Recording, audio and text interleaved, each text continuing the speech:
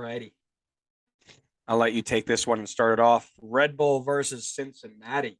Oh yeah, probably the biggest game for this podcast here. Um,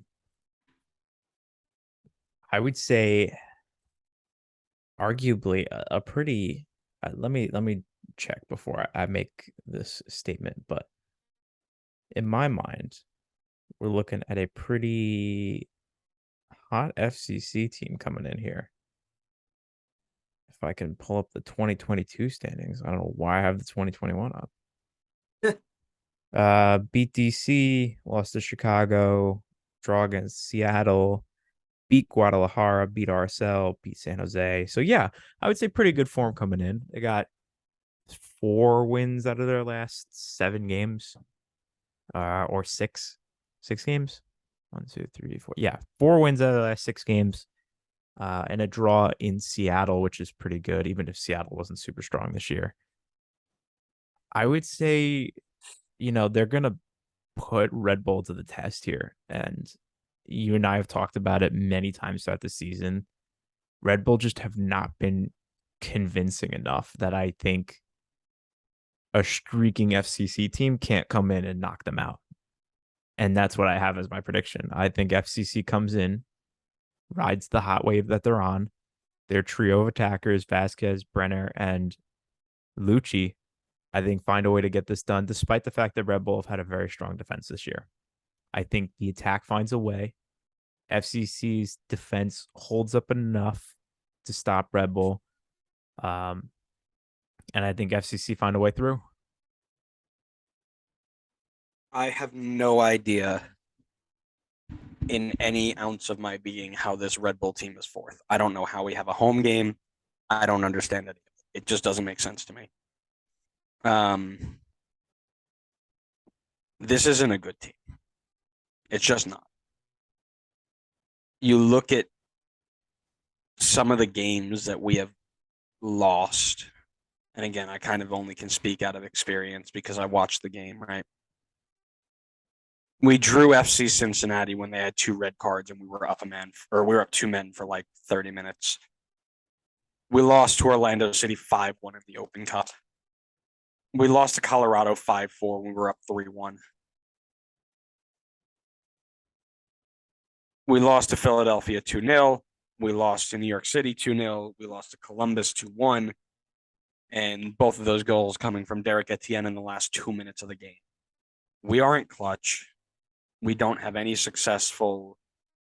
We haven't seen any game out in a long time. The best match of the season, probably the 4-3 win over Austin. Maybe. Man, it's tough to see this team doing anything. Not to mention we have got to be one of the absolute worst home records in the league. We can't play it, which is why I was kind of upset that we got a home game, because we are 6-6-5 at home. The only other team that's even comparable that's in the playoffs right now is actually FC Cincinnati 6-5-6, and Nashville 6-5-6 at home. I don't know. This team gives me zero hope, especially against a front three with that much pizzazz. FC dropped 6 on San Jose. They dropped 5 on DC. If they get at you once, they can get at you a ton. The only saving grace is their back line isn't great. The issue with that is we don't have strikers. Elias Manuel scored his first goal of the season yesterday. Fantastic.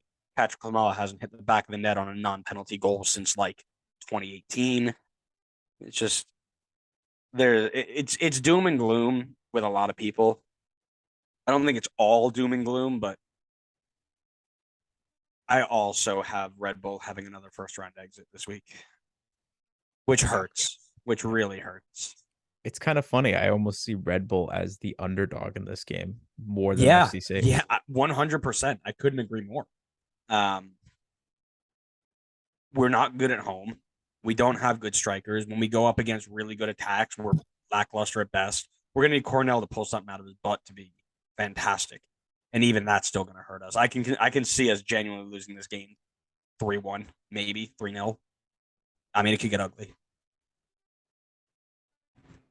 Yeah, I don't know if I'd see it getting ugly. I think you guys will find at least a goal or two. It's just a matter of like, I think you find a way to go through if Cornell has an amazing game.